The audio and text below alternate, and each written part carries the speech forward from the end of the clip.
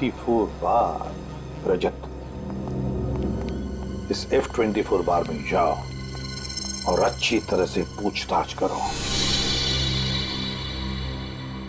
इस फोटो को ध्यान से देखिए। ये आदमी यहाँ आता है शराब पीने? हाँ, ये अक्सर यहाँ आते हैं, लेकिन आज आए नहीं। आज नहीं आया? अच्छा, यहाँ पे अकेले आता था या इसके साथ कोई और भी आता है? नहीं, एक और आदमी के साथ आता था ये। और वो भी आज नहीं आया? नहीं सर, वो वहाँ अंदर है, पहले नंबर टेबल पर, ग्रे टी शर्ट में। Thank you. क्या बात है, आज अकेले अकेले? तुम्हारा ये दोस्त नहीं है? गिरीश?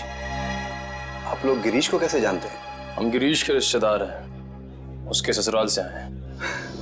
अच्छा, ससुराल वाले, मतलब दीप्ति के सगे संबंधी? नहीं, सीआईडी वाले। सीआईडी? सर, सब ठीक तो है ना? बैठो बैठो।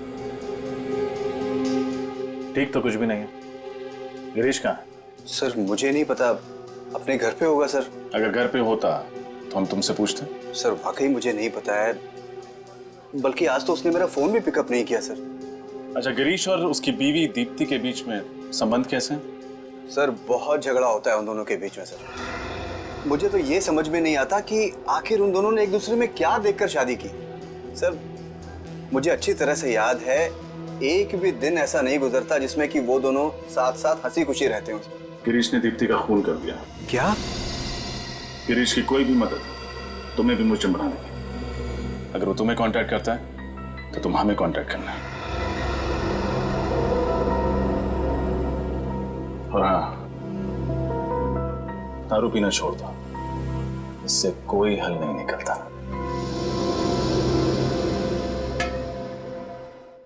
सारिका जरा जल्दी करना। हाँ से बस अब भी पता चल जाएगा।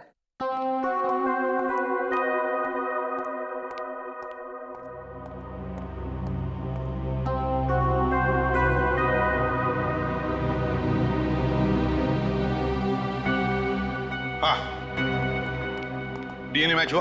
अरे यार टाइम लगता है, इतनी जल्दी नहीं होता डीएनए मैच। यार रो मत साउंड की, जल्दी चाहिए हमको रिपोर्ट।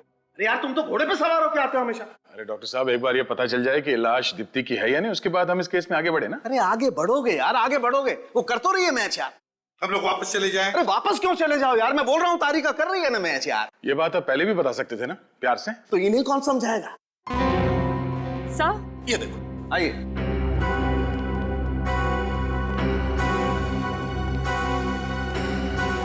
डीएनए मैच हो गया सर। इस हेयर ब्रश पर मिले हुए बाल और फूलदान पर लगा हुआ खून एक ही औरत का है, और ये बॉडी से भी मैच हो रहा है। ये लाश दीप्ति की ही है।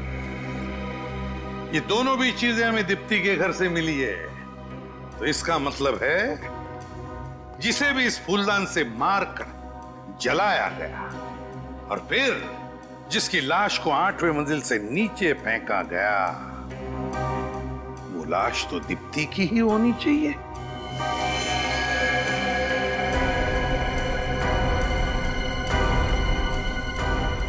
दीप्ति की?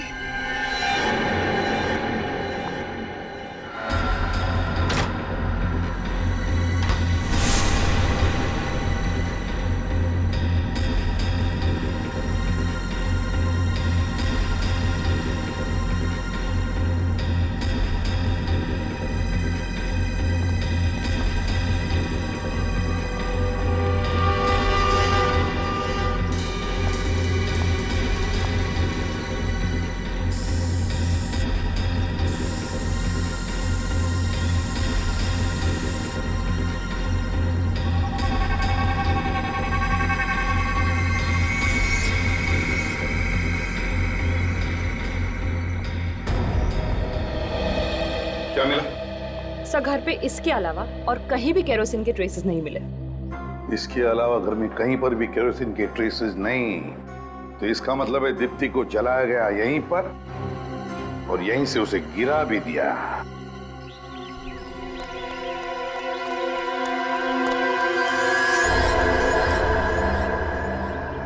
इस शहर में कोई तो ऐसी जगह होगी जहाँ सीआईडी ना पहुंच सके। हाँ, ये जगह कुछ ठीक है। कुछ दिन यहीं डेरा जमा लेता हूँ।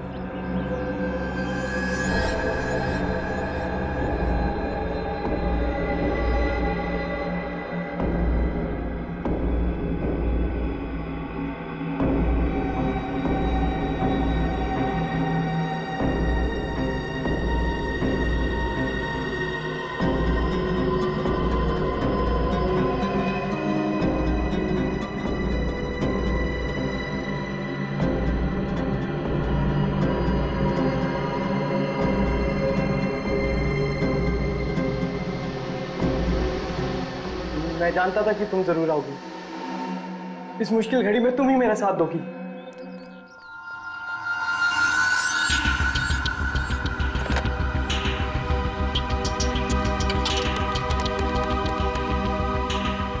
फोन क्यों नहीं उठा रहा?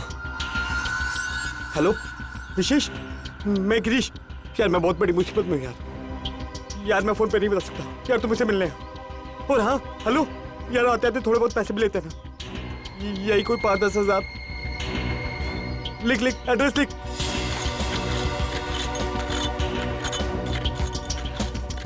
सर, यही वो जगह है जहां गिरीश ने फोन करके मुझे बुलाया था। कौन सी गोली में बुलाया था उसने? खोली नंबर 17। खोली नंबर 17? हाँ सर, लेकिन जब उसने मुझे फोन किया था तो वो काफी घबराया हुआ और डरा हुआ लग रहा था, मगर उसने ये नहीं बताया कि बात क्या हुई है। फोन करने के बाद अक्सर मुजरिम डरे हुए ही होते हैं, वरना इतना अमीर आदमी ऐसी चौल में आके क्यों छुपेगा? हाँ सर, हो सकता है। अरे भाई साहब, ये कोली नंबर 17 कहाँ पे है? आगे है। आगे? Thank you.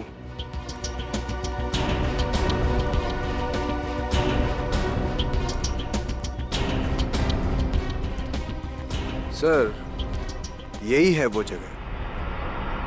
दरवाजा खटखटाओ। कौन है? गिरीश, मैं विशेष। उसे दरवाजा खोलने के लिए बोलो। दरवाजा खोल गिरीश। कोई और भी है तेरे साथ?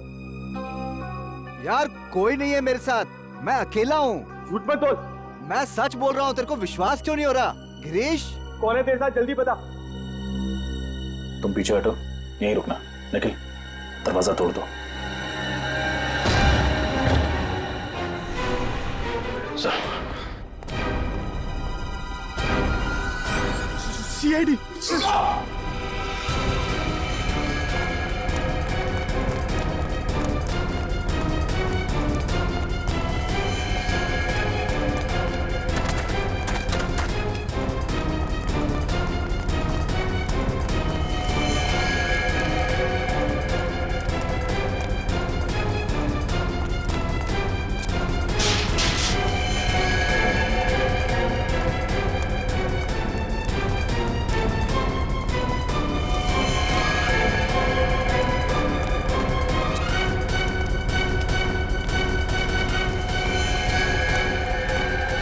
रुक जा गिरीश।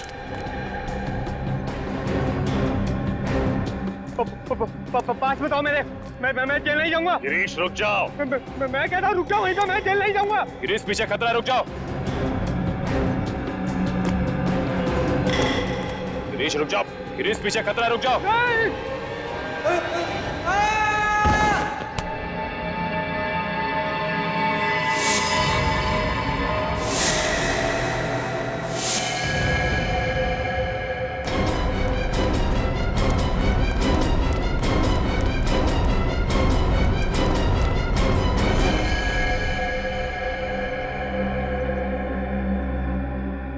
He's dead.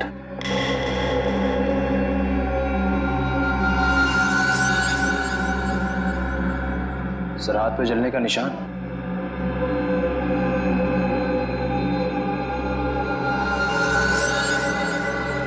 शायद दीप्ति को जलाते समय इसके हाथ जल गए होंगे। सर, ये केस तो खत्म। दीप्ति मर चुकी है, अब उसका खून भी।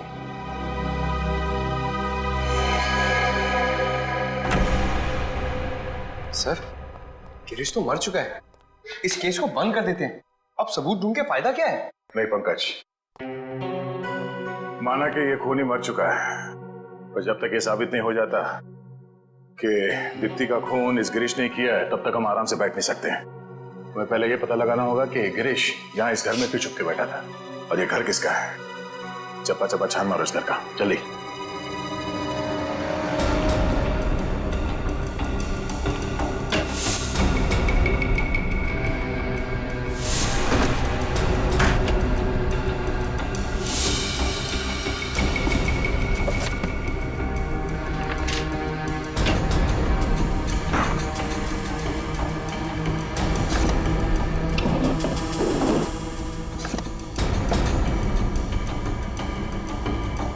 सर,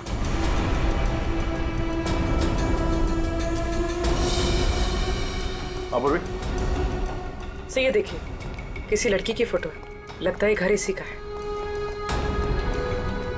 पड़ोसी से पूछताछ करते हैं, तो देखो पड़ोस में कोई है क्या।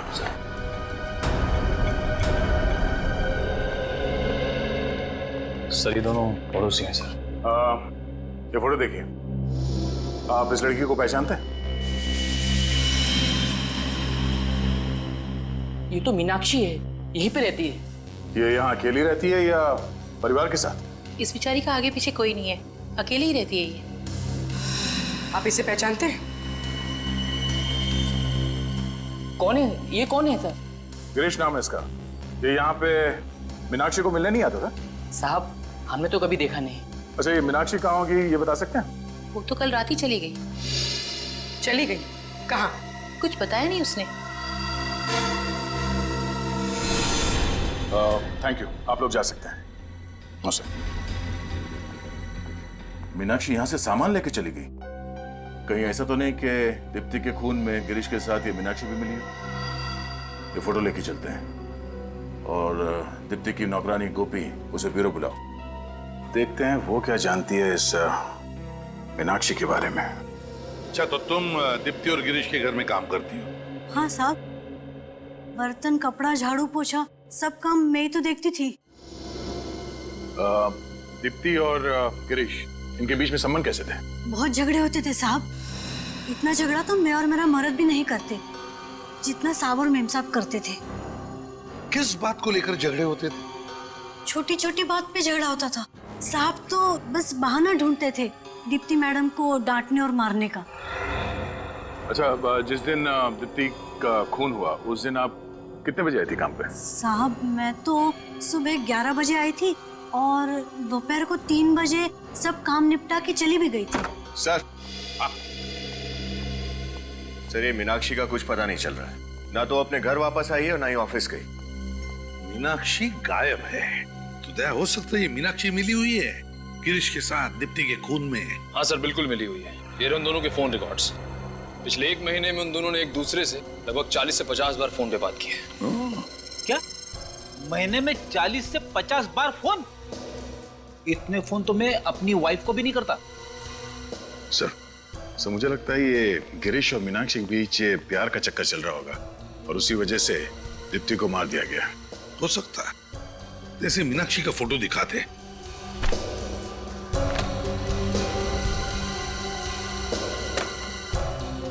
देखो, गौर से देखो इस फोटो को और याद करके बताओ कि तुमने इस औरत को पहले कभी देखा है? हो सकता है ये औरत गिरीश से मिलने आती होगी या फिर दीप्ति से उनके घर पर। नहीं साहब, इसे मैंने पहले कभी नहीं देखा। कभी नहीं देखा? इसका नाम मीनाक्षी है। मीनाक्षी, हो सकता है तुमने इसका नाम कभी पहले सुना हो, कभी पति पत्नी के झगड़ों में या फिर वो कभी बातें करते थे तभी। याद करो। सुना है? नहीं साहब। नहीं। सर हो सकता है गिरीश मीनाक्षी को घर पे तब बुलाता होगा जब घर पे कोई और ना होता हो सकता है। दया, उस बिल्डिंग के वॉचमैन से पता करते हैं या फिर पड़ोसियों से भी पूछताछ करते हैं। शायद किसी ने देखा होगा, है ना? इस लड़की का नाम मीनाक्षी है। क्या आप लोगों ने इसे कभी दीप्ति और गिरीश के घर जाते हुए देखा था? हाँ, ये तो अक्सर आया करती थी इनके घर। हफ्ते में 2-3 चक्कर तो लग ही जाते थे इसके। अच्छा, जिस दिन दीप्ति का खून हुआ क्या उस दिन ये लड़की यहाँ आई थी?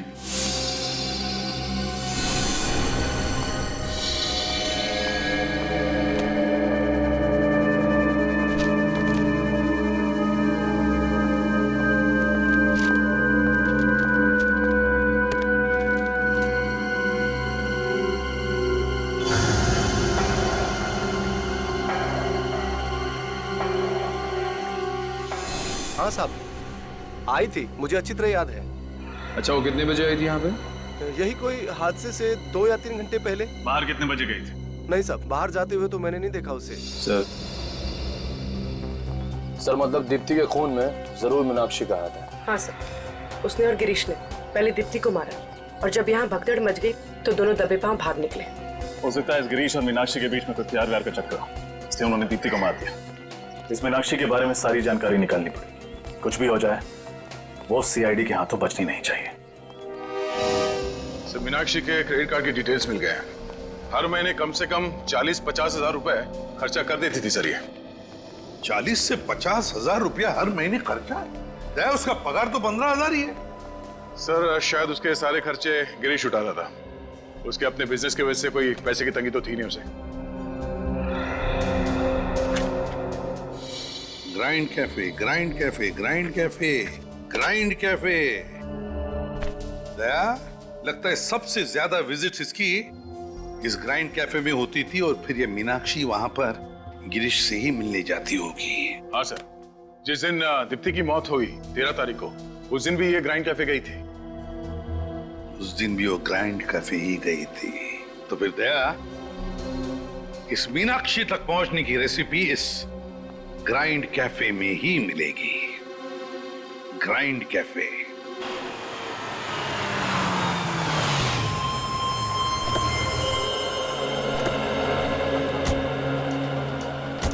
सर, मैंने सुना है इस रेस्टोरेंट के सैंडविचेस बड़े टेस्टी है।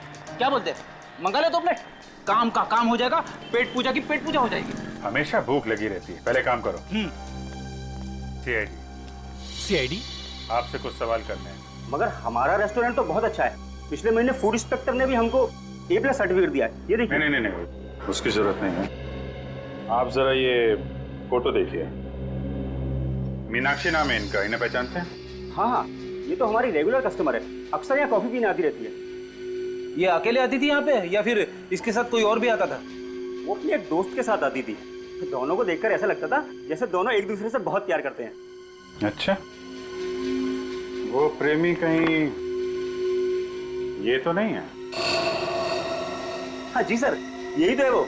आप सीआईडी वाले भी कमाल हो, सबकी खबर रखते हैं। आखिरी बार कब देखा था इन लोगों को? यही 2-4 दिन पहले। अच्छा, इनके बीच में क्या बात हो रही थी, कुछ अंदाजा है, कुछ सुना आपने? मैंने तो क्या, पूरे रेस्टोरेंट ने सुना। दोनों पहली दफा झगड़ रहे थे और चिल्ला चिल्ला के एक दूसरे से झगड़ा कर रहे थे। बस गिरी, अब बहुत हो गया। मेरे सब्र का और इम्तिहान मत लो, वरना अंजाम अच्छा नहीं होगा। तुम मुझे धमकी दे रही हो?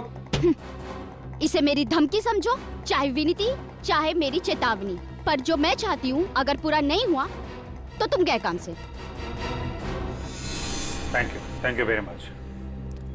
मीनाक्षी गिरीश से ऐसा कौन सा काम कराना चाहती थी? सर, इस केस के साथ मीनाक्षी का कुछ ना कुछ तो कनेक्शन जरूर है, इसीलिए दोनों के मरने के बाद वो किसी घोंसले में जाके बैठ गई है।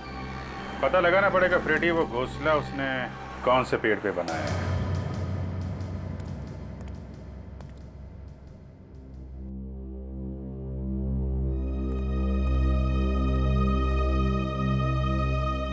क्या बात है सर, आप कुछ परेशान लग रहे हैं? नहीं फ्रेडी यार, कोई बात नहीं, बस केस के बारे में सोच रहा था। नहीं सर, कुछ और बात है, बताइए ना। मैं किसी से नहीं कहूंगा, प्रॉमिस। नहीं यार, कुछ भी नहीं फ्रेडी। कुछ तो है सर, प्लीज बताइए। फ्रेडी, तुम्हें सलोनी याद है? सलोनी? सलोनी, आंखें खोलो सलोनी। सलोनी, आंखें खोलो सलोनी। सलोनी? हाँ, इसका नाम सलोनी है। इसका सपना सच है। और ये? प्रशांत। सलोनी, उसका पति।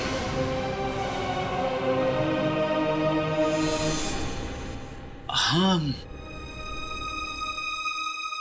आज ठीक 1.5 साल हो गए उसे मेरी जिंदगी से गए, लेकिन आज भी उसकी यादें मेरा पीछा नहीं छोड़ती। उसकी वो मासूम आंखें मुझे सोने नहीं देती, लेकिन लेकिन मैं कितना बदनसीब हूं। उसके पास तो मेरी यादें भी नहीं है। उसे तो यह भी नहीं पता कि उसकी जिंदगी में सचिन नाम का कोई इंसान आया भी था कभी। उससे बदनसीब कौन हो सकता है?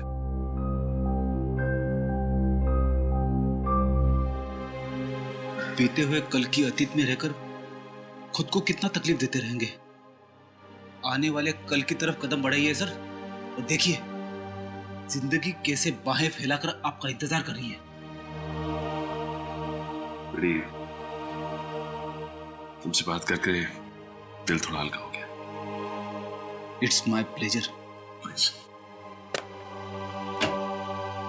आइए सर, ये रहा विशेष। ये कह रहा है कि ये नहीं जानता कि मीनाक्षी कहाँ है। देखो विशेष, मीनाक्षी का फोन बार बार बंद आ रहा है और हमें उस तक पहुंचना बहुत जरूरी है। इसलिए मीनाक्षी कहाँ है साफ साफ बताओ, वरना बहुत बुरा होगा। सर मैं आपके इस ऑफिसर से 50 बार बोल चुका हूँ सर, मुझे नहीं मालूम मीनाक्षी कहाँ है। कैसे नहीं मालूम? कैसे नहीं मालूम? गिरीश के सबसे अच्छे दोस्त थे तुम, और तो और उसके बिजनेस पार्टनर भी। तो फिर तुम्हें कैसे नहीं मालूम? गिरीश के बाद मीनाक्षी को अगर किसी भी चीज की जरूरत पड़े तो वो तो तुम्हें ही कांटेक्ट करेगी ना, क्यों? मीनाक्षी ने मुझे कभी कांटेक्ट नहीं किया सर, और अगर वो मुझे कांटेक्ट करेगी तो मैं खुद आप लोगों को बता दूंगा। सर मैं ही आपको मीनाक्षी की चौल तक लेकर गया था और मैंने ही गिरीश तक आप लोगों को पहुंचाया था सर। पर मुझे नहीं पता था कि मेरे ऐसा करने से उसकी मौत हो जाएगी सर। देखिए, गिरीश की मौत एक हादसा है और उसकी मौत अपनी गलती से हुई है, नीचे गिरने से, और उसका दोष आप हमें मत दीजिए। देखिए मैं किसी को दोष नहीं दे रहा, पर आप लोग मेरा यकीन क्यों नहीं करते? वैसे भी इस केस की शुरुआत से ही मैं आप लोगों का साथ दे रहा हूं सर, और आप लोग मुझ पे ही शक कर रहे हैं सर। वो तो मीनाक्षी के ऑफिस वालों से पता चल ही जाएगा अभिषेक जी कि तुम्हारी बातों में कितनी सच्चाई है और कितना झूठ। क्या मीनाक्षी ने खून किया है? जी हाँ, और अब वो फरार है। नहीं सर, ये नहीं हो सकता। मीनाक्षी किसी का खून नहीं कर सकती है सर। क्यों? तुम इतने यकीन के साथ ये बात कैसे कह सकते हो? मीनाक्षी एक बहुत अच्छी लड़की है, आप चाहें तो किसी से भी पूछ सकते हैं हम। जिस तरीके से तुम मीनाक्षी की वकालत कर रहे हो, कहीं कोई खास लगाव तो नहीं है तुम्हारा मीनाक्षी के साथ? हाँ सर, ये सच है कि मैं मीनाक्षी से प्यार करता हूँ, लेकिन ये भी सच है कि मीनाक्षी किसी और से प्यार करती है। क्या नाम है आपका? अरविंद। मिस्टर अरविंद, फिर तो आपको ये भी मालूम होगा कि मीनाक्षी किससे प्यार करती है? हाँ, वो एक शादीशुदा आदमी, उसका नाम गिरीश है। मैंने मीनाक्षी को बहुत समझाया, लेकिन उसने कभी मुझे सीरियसली नहीं लिया। तुम्हें मालूम है गिरीश की पत्नी कौन है? नहीं सर। दीप्ति, वही जिसका खून हुआ है। ये है उसकी फोटो। कभी देखा इसे मीनाक्षी के साथ? हाँ, ये कुछ दिन पहले आई थी, मंगलवार को, मीनाक्षी से मिलने ऑफिस में। क्या क्या बातें हुई इनके बीच में, आपको मालूम? बातें तो मैंने नहीं सुनी सर, लेकिन हाँ, मीनाक्षी ने दीप्ति को एक लिफाफा दिया था, पीले रंग का।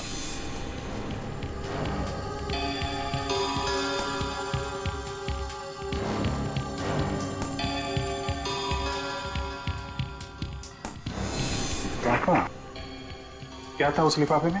सर ये तो मुझे नहीं पता, लेकिन हाँ वो लिफाफा काफी बड़ा था। उसके बाद? हाँ उसके बाद दीप्ति ने कहा कि वो वैशाली नगर जा रही, वो बाहर से ऑटो लेके निकल गई। अच्छा, जब ये लोग बात कर रहे थे तो उनका अंदाज कैसा था?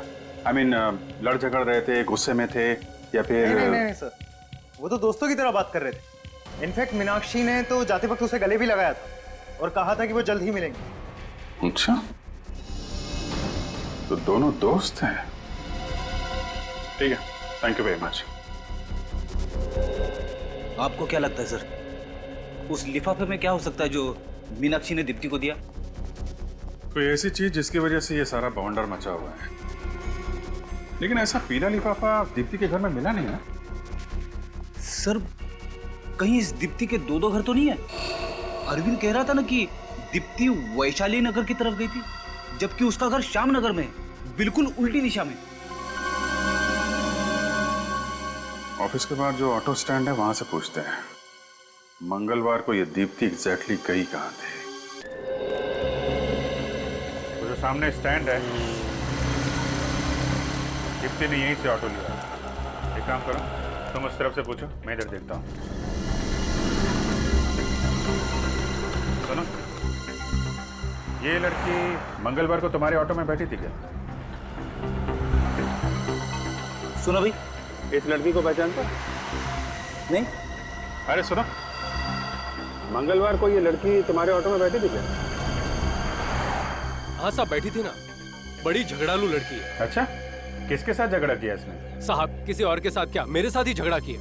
कहने लगी कि तुम्हारा मीटर बहुत तेज है। अब मैं बोला क्या मैम, आज ही नया इलेक्ट्रॉनिक मीटर लगवाया है, ये तेज कैसे हो सकता है? छोड़ा कहाँ था इसे? साहब, पप्पू घोड़ा चौल में। पप्पू घोड़ा चौल।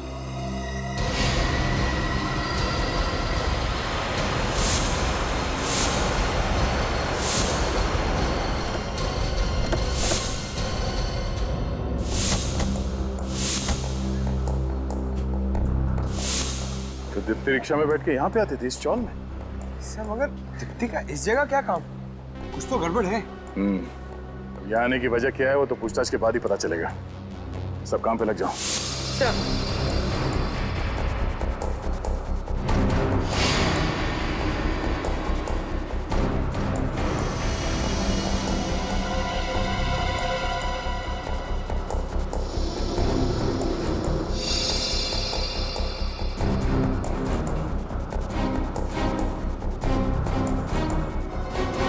इस औरत को यहाँ आसपास कहीं देखा? जी नहीं। यहाँ पे किसी मिलने आते?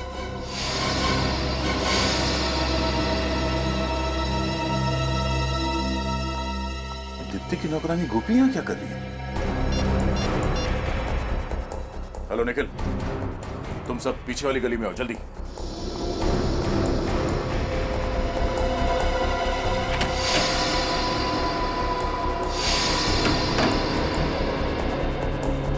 सर, लगता है गोपी इसी चौर में रहती है, इसलिए दीप्ति यहाँ उससे मिलने आई होगी। बड़ी अजीब बात है, मैंने ऐसा बहुत कम सुना है कि अपने घर पे काम करने वाले लोगों से मिलने के लिए कोई उनके घर जाता है। सर, हो सकता है दीप्ति के खून में मीनाक्षी के साथ साथ गोपी का भी हाथ हो। अभी पता चल जाएगा। कौन? दरवाजा खोलो। आप लोग यहाँ? लगता है हमें यहाँ देखकर तुम्हें ज्यादा खुशी नहीं हुई? नहीं नहीं, ऐसी बात नहीं है। तो कैसी बात है? अंदर आइए ना, आपके लिए चाय बनाती हूँ। नहीं नहीं, तकलीफ मत कीजिए। चाय हम आपको पिलाएंगे जेल में। जेल में? जी हाँ, दीप्ति का खून किया है तो जेल तो जाना ही पड़ेगा। ये आप क्या कह रहे हैं? मैं ऐसा क्यों करूंगी? मैं मैडम जी को क्यों मारूंगी? मीनाक्षी के कहने पे। देखो, सच सच बताओ, दीप्ति यहाँ पे आती थी ना तुमसे मिलने के लिए? हाँ, मरने से पहले यहाँ पे आई थी ना वो? हाँ साहब, आई थी। वो अपनी अमानत रखना चाहती थी मेरे पास। कैसी अमानत? एक मिनट।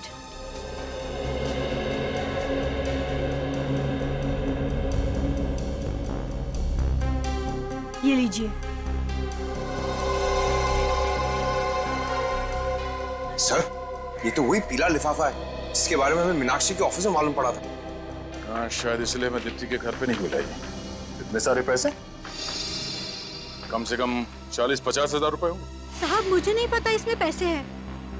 मुझे तो दीप्ति जी ने लिफाफा दिया था, कहा था संभाल के रखना, कुछ दिन बाद मीनाक्षी आएगी और ये लेके जाएगी, और वो चली गई थी। इसका मतलब तुम मीनाक्षी को पहले से ही जानती थी और तुम ब्यूरो में हमसे झूठ बोल रही थी? हाँ मैडम जी, मैं डर गई थी। मैंने सोचा मैं फंस जाऊंगी इस सब में। सर, ये केस तो जलेबी की तरह एकदम गोल गोल घूमता जा रहा है। ये मीनाक्षी पैसे लेने के लिए कब आने वाली है? उसका फोन आया था, वो आज रात 12:30 बजे आ जाएगी। आज रात 12:30 बजे? ठीक है, अब तुम वो करो जो हम कहते हैं।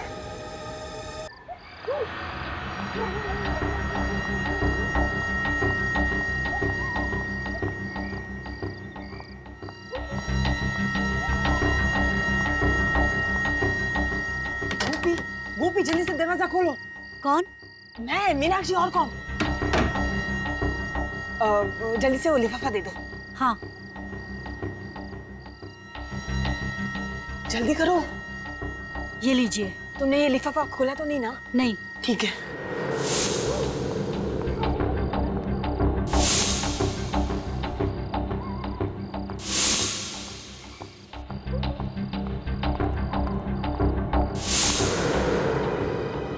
सारा खेल खत्म हो चुका है मीनाक्षी।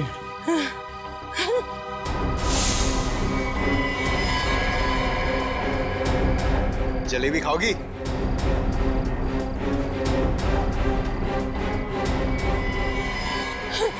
रिकॉर्ड के लिए खेद है मीनाक्षी जी।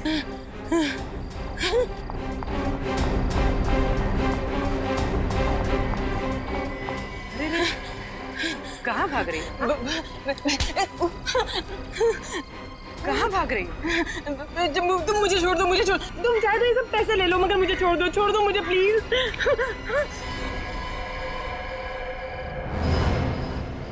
दीप्ति, सीआईडी बिकाऊ नहीं, समझी?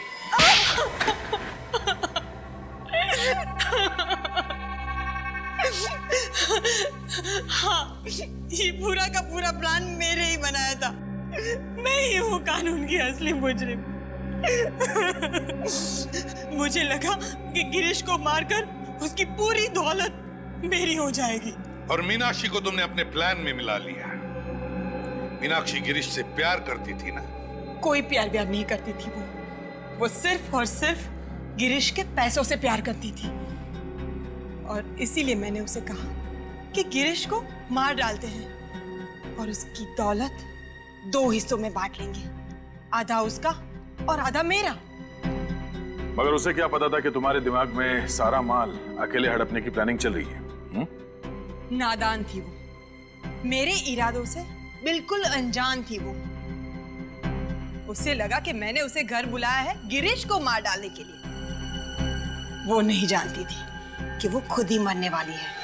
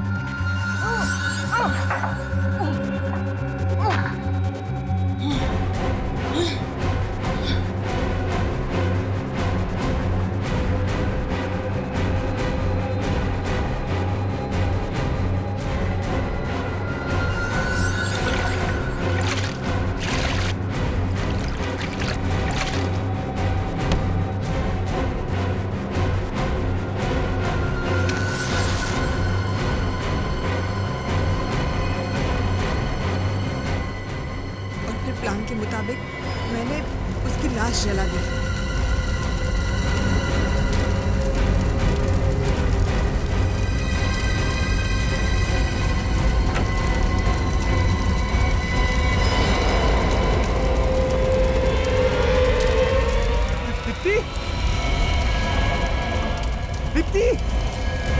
शराब के नशे में धुत मेरे पति को ये भी नहीं पता चला कि वो दीप्ति थी या मीनाक्षी।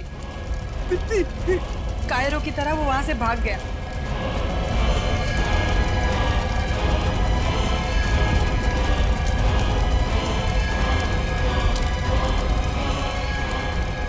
और फिर मैंने मीनाक्षी की लाश को बालकनी से बाहर फेंक दिया। और फिर मैंने आत्मा बनकर गिरीश को डराया।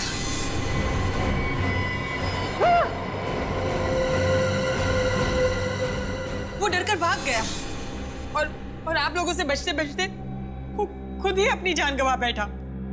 पर तुमने मीनाक्षी से पैसे लेकर वो पैसे अपनी नौकरानी को क्यों दिए? क्योंकि मुझे उसके सामने दुखियारी बीवी की एक्टिंग करनी थी और इसीलिए मैंने उससे पैसे उधार लेने का नाटक किया और वही पैसे नौकरानी को दे दिए।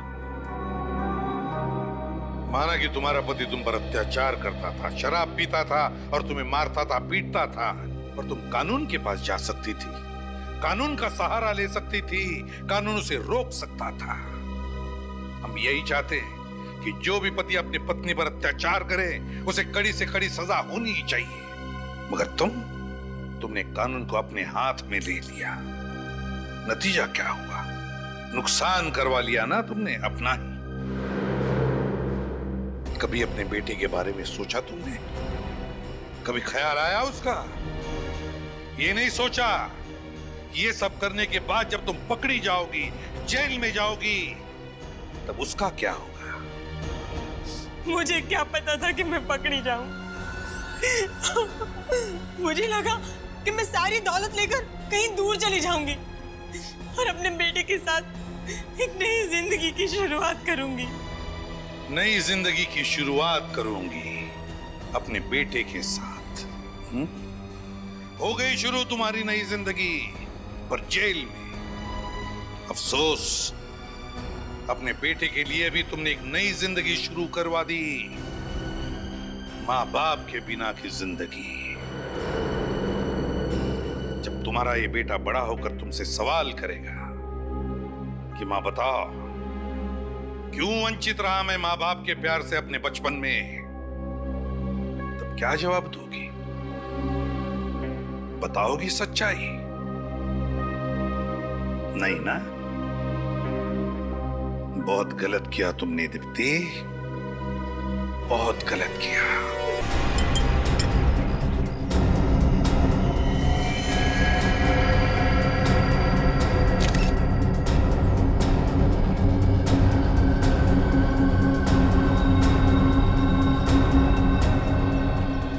बिल्कुल पूरी तरह से बॉडी जल चुकी है, सिर्फ हड्डियां बची हैं। सब पेल्विस की साइज देखकर लग रहा है कि लाश किसी लड़की की है। लड़के की है?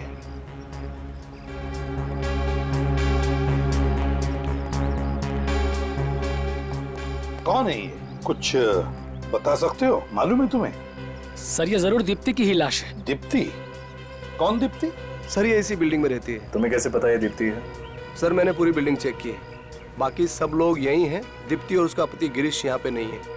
दीप्ति और उसके पति गिरीश गायब है। क्या लगता है क्या हुआ होगा? हाँ, कैसे हुआ ये सब? कुछ बता सकते हो? सर बात यह है कि गिरीश अच्छा पति नहीं था, शराब बहुत पीता था और अक्सर शराब के नशे में दीप्ति को मारता पीटता था। सर हम लोगों ने कई बार उन्हें बुरी तरह से झगड़ते हुए देखा है।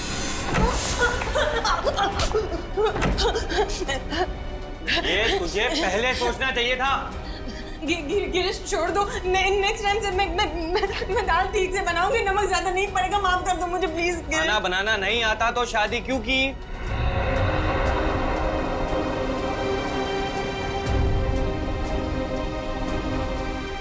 हमें उसकी मदद करनी चाहिए। सीआईडी को फोन करते हैं। अरे एक बार मदद करने की कोशिश की थी, कुछ फायदा नहीं हुआ। देखा कितना तरस आता है बेचारी पे। जंगली के साथ शादी करके इसकी जिंदगी नरक हो गई। तो तुम्हारे कहने का मतलब है कि ये दीप्ति को उसके पति गिरीश ने मारा है? जी सर। अच्छा, अगर गिरीश ने दीप्ति को मारा है तो बेचारी चीखी होगी, चिल्लाई होगी, किसी ने कुछ तो सुना होगा। नहीं सर, हम लोगों में से किसी ने भी उसके चीखने चिल्लाने की आवाज नहीं सुनी। अगर आप लोगों ने इनके झगड़ों के बारे में हमें पहले ही खबर दे दी होती तो आज शायद एक मासूम जान बच जाती। कौन से माले पे रहती थी ये दीप्ति?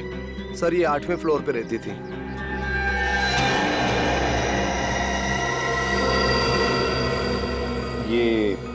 ये बच्चा दीप्ति का है? हाँ सर, ये बच्चा दीप्ति का ही है। 2 साल की उम्र में बेचारा अनाथ हो गया। क्या कसूर था इस मासूम का जो इसे इसकी माँ छीन ली गई? बच्चे को किसी अच्छे घर में गोद देने की व्यवस्था करते हैं। क्या कुछ दिनों के लिए आप बच्चे को संभाल सकती हैं? ठीक है sir. Thank you very much. जय।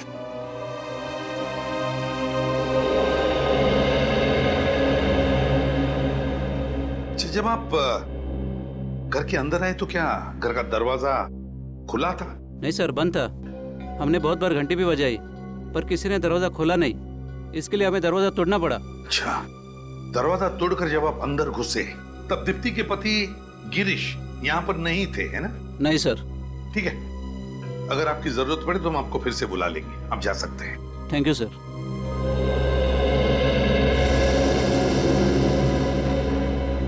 रजत, श्रेया, घर की अच्छी तरह से तलाशी लो, अच्छी तरह से देखो क्या दीप्ति को यहीं पर जलाया गया था या कहीं और। सर,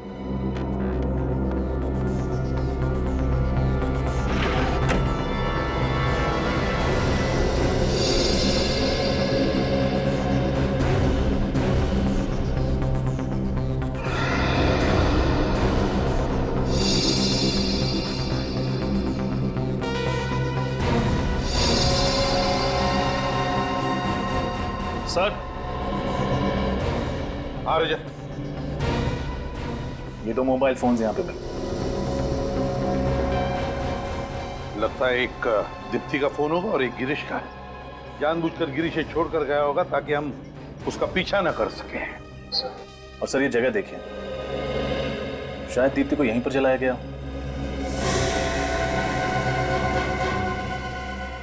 लगता तो ऐसा ही है, और फिर और यहां से फेंका भी गया होगा। सर ये केरोसिन का कैन मिला है। दीप्ति को शायद केरोसिन डालकर जलाया गया होगा। अगर मान भी लिया कि दीप्ति को यहां पर जलाया केरोसिन डालकर, तो यहां पर ये पर्दे भी तो हैं। पर्दे पे कोई जलने के निशान नहीं है। अपने आप को बचाने के लिए दीप्ति भागी होगी ना, दीवारों पर टकराई होगी, फर्नीचर से टकराई होगी, चीखी चिल्लाई होगी, किचन बाथरूम में गई होगी पानी के लिए। लेकिन यहाँ पर तो ऐसा कोई भी निशान नहीं। ना पड़ोसी कह रहे कि उसने कोई चीखने चिल्लाने की आवाज भी सुनी। समझ में नहीं आता है क्या हुआ होगा यहाँ पर। सर हो सकता है दीप्ति पहले से ही बेहोश हो।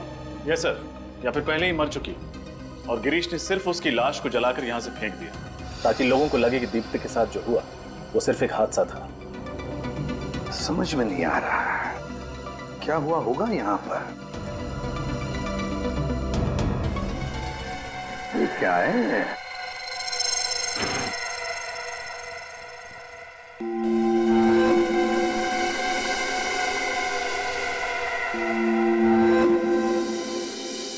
फ्लावर वास, ये तो खून है।